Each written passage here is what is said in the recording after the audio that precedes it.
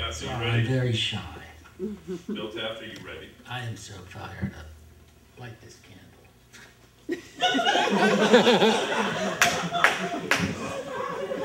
Start him off with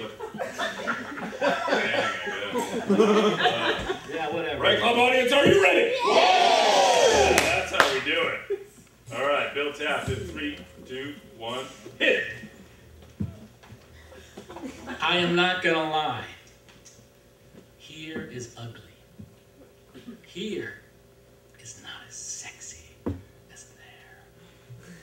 Here is an endless line of roadkill. Squirrels, possums, raccoons, sparrows, rats are the remains of animals not yet discovered by science. I know this because I rode my bike here.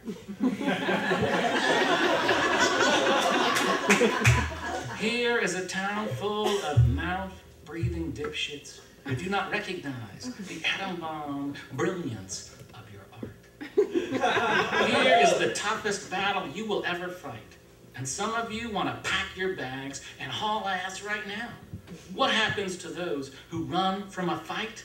They get shot in the back. I know.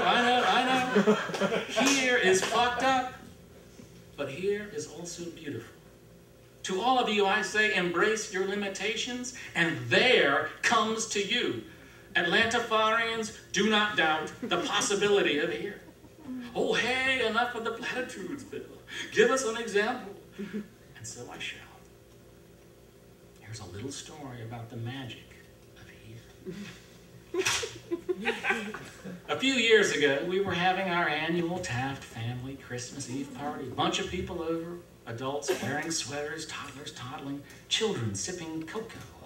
I was not feeling very Christmassy. In fact, I was depressed, thinking of taking the dog's choke chain, wrapping it around my neck, and hanging myself from a rafter in the basement because I was bored. I was sitting on the couch looking at the people wearing sweaters, aware of a very brutal fact. We were having the exact same conversation we'd had last year, and the year before, and the year before, and the year before. Death, that undiscovered country. Oh, how I wanted to go there. My wife's good friend, Rebecca, came over, sat down, asked, what's been going on in your world? And I said, well, not much, except I found a lunchbox full of crack. Where? By Piedmont Park. I was just walking around after lunch, found it in the ivy of a really nice yard. Now, Rebecca is an anthropologist. She is paid to observe human culture and behavior. I wish I could see that lunchbox, she said. So I got it from my collection of amazing things found while walking. Christmas songs came out of the CD player. The red and white lights twinkled on our tree. My daughter ran past. Another present for me, Daddy? I have to say, a little bit of the Christmas spirit grew in my heart as my thoughts turned from suicide to scientific exploration. Rebecca poured the contents of the lunchbox out onto the table, held up the crack pipe, looked at the tiny baggies full of snowy rocks. She pondered the purpose of the razor blade and other items. The Q-tips are used to filter material sucked into a syringe, she said. This is the best Christmas party ever, I thought. But then my wife Lisa showed up. Oh my God, flush it down the toilet! Before I could do anything, she swept up the treasures and headed off to the bathroom. A minor setback. It still was the best Christmas party ever. Something unusual had happened, something surprising, unexpected, quite possibly illegal, but also miraculous. My thoughts of annihilation became acts of generosity. Have another glass of eggnog, people. It really is a wonderful life.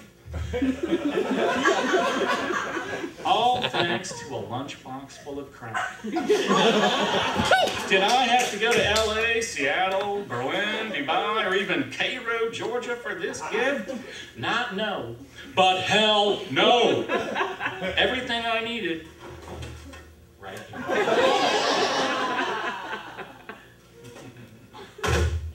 But you say, that's just drug paraphernalia. And your problem is different because You're sick of your girlfriend, and you met an instructor of evil yoga at the Army surplus store. You were buying aviator glasses, and she was buying 7 pairs of handcuffs and putting them on a flyer for her evil yoga class. She had green eyes with a hint of menace. You need her. Those erotic contortions, the mystical aspects of the number 7. To hell with your girlfriend. You need there, like General George S. Patton needed war. Fine. Let us observe the historical record of those who went there. Alexander the Great, dead at 32, far from home, possibly poisoned, his army in tatters, his plans for world conquest unfinished. Moses led his people there for 40 years, downsized by God before he could get to the promised land, died alone in the desert. Lewis and Clark. Oh, Clark did okay, but Lewis returned home only to shoot himself in the head. Napoleon... The punchline writes itself. Oh, hey, bro, what about Christopher Columbus and the Pilgrims? Oh, our here was there. That's right. Thanks, Chris. Thanks for bringing syphilis, gonorrhea, and yellow fever with you. Thanks for decimating entire civilizations. Thanks, Pilgrims, for your Protestant neuroses and that shining city on the hill where you counted up all the blood money made off of the slave trade. Thanks for bringing the sins of here. What did Dorothy learn from her journey to the Wizard of Oz? If I ever go looking for my heart's desire again, I won't look any further than my own backyard. True that, Dorothy. We all want adventure. Who among us cannot benefit from a bit of evil yoga? But before we go there, we must first take a super local hell freak ride and open our eyes to the really cool stuff lying in the ivy of a yard right here. I guess it's time for the Q&A portion of this evening.